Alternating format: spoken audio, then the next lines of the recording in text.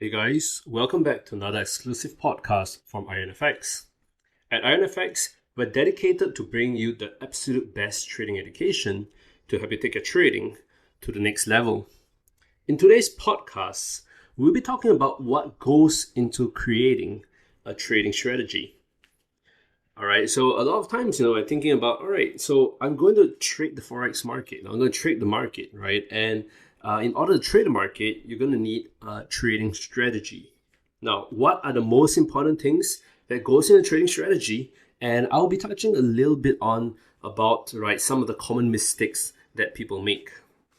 All right, so the first thing, what goes into a trading strategy, the first thing you need to look at are your check boxes, right? Basically, your criteria, your entry criteria.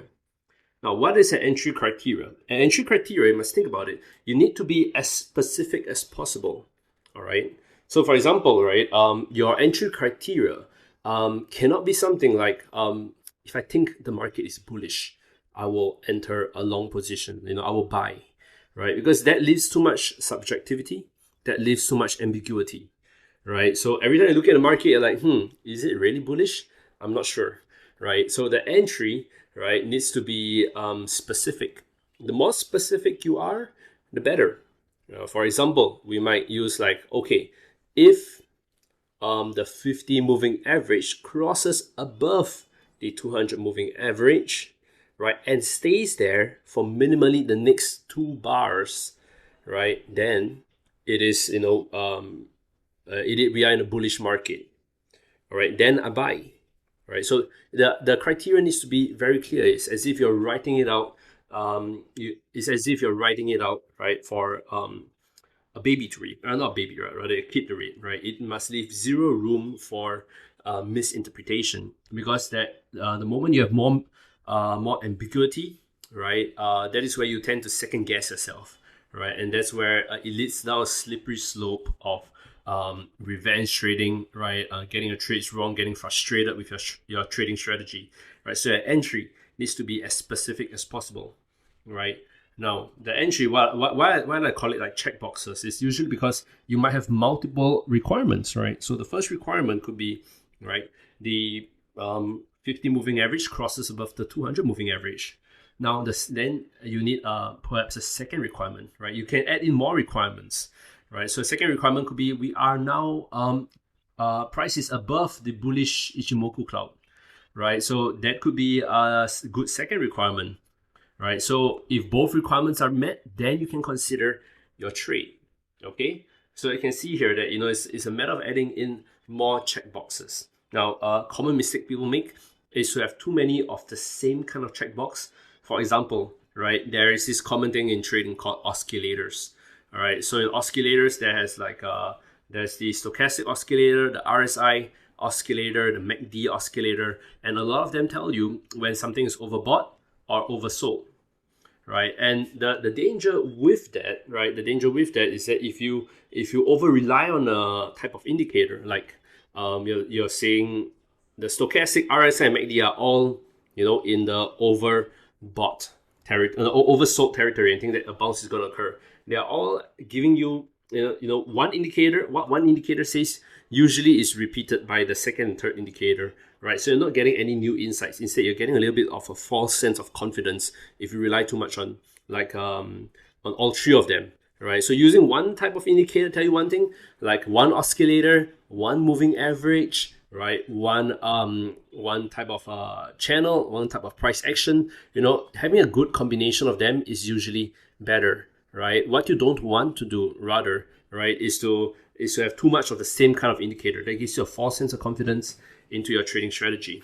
All right. So the next thing, right, is your stop loss, right? One key thing I want to tell you is that a good thing to do is to not have your is to find out why you're putting your stop loss at where it is, right? A lot of trading strategies out there, they just tell you, okay, this is your stop loss, right? You put 100 pip stop loss, right? A 200 pip stop loss, 50 pip stop loss, right? You need to question yourself. Why are you putting your stop loss at where it is, right? Only put your stop loss as far as necessary, right? A lot of people just treat the stop loss as like usually it's like an afterthought.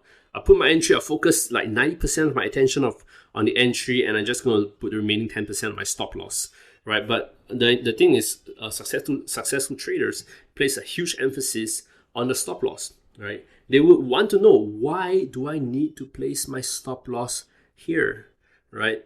And the reason for this is because the further you put away a stop loss, the more you're compromising your risk reward. For example, if your take profit target is like 10 pips, if your stop loss is 10 pips, you have a risk reward of 1:1.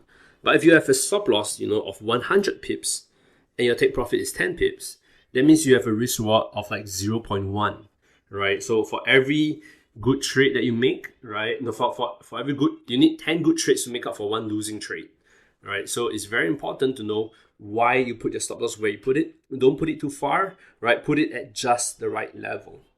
Okay, always question whether it's a good approach to have is to think about it like, can I tighten my stop loss? Can I bring my stop loss closer, right? That is the attitude that you can take towards all this creating a trading strategy.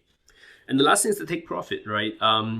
It's important, right? It's important to place as much emphasis on the take profit as you do on your stop loss and your entry, right? Always, don't be too greedy, because people tend to get a little bit caught up thinking, oh wow, my take profit so far away, and this is all the money that I could make, right? But you need to always factor in that, are you being a little bit too ambitious, right? It might be better to take 2 smaller winning trades, right? Versus 1 large losing trade. Okay, where your take profit is a little bit too far away. A rule of thumb I like to have is that your take profit should be before a major level, right? That means if you notice that, wow, price has never passed this level before, right? Over the past, let's just imagine, right? This key level is what's the word for it? It's like for the past 5 years, price never crossed this level, right? And your take profit, according to your strategy, is that you need to put your take profit above this level. You then need to ask yourself, does it make sense to really put my take profit above this level that has never been crossed for the past 5 years? Maybe I want to tighten my take profit a bit and put it before this key level, right? Then that increases the chance of it being reached. All right, so that's always a good rule of thumb. Put your take profit before a key level. You can fine tune it a bit, right? So if you notice that it's just slightly beyond the key level, just fine tune it a bit, tighten it a bit, and put it before that key level. All right.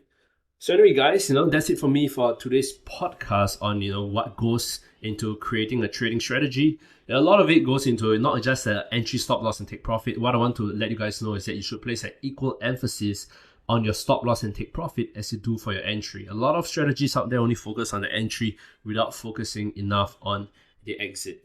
All right. So do remember to subscribe to our podcast, as here at IronFX, we're dedicated to bringing you the very best trading education to take your trading to the next level. Until then, stay safe, trade safe, and peace out, guys.